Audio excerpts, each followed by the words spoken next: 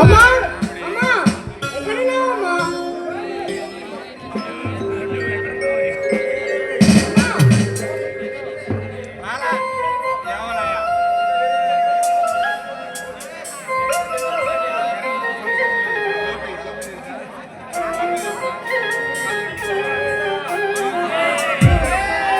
ఏంటి బాబు అలా అరుస్తున్నావు? ఏమైందమ్మా?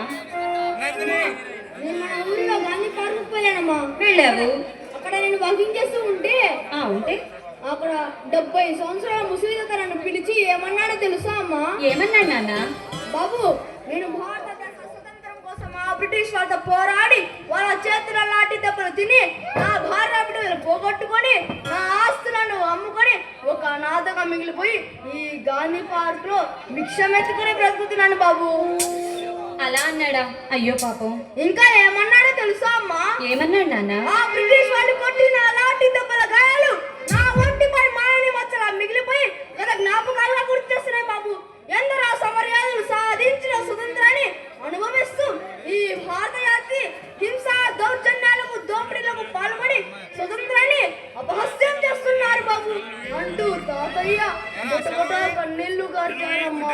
అయ్యో బాధపడకు నాన్న. ఆ తాతయ్య కన్నీళ్లు నా గుండెలో ఆరని మంటలు రేపాయమ్మా.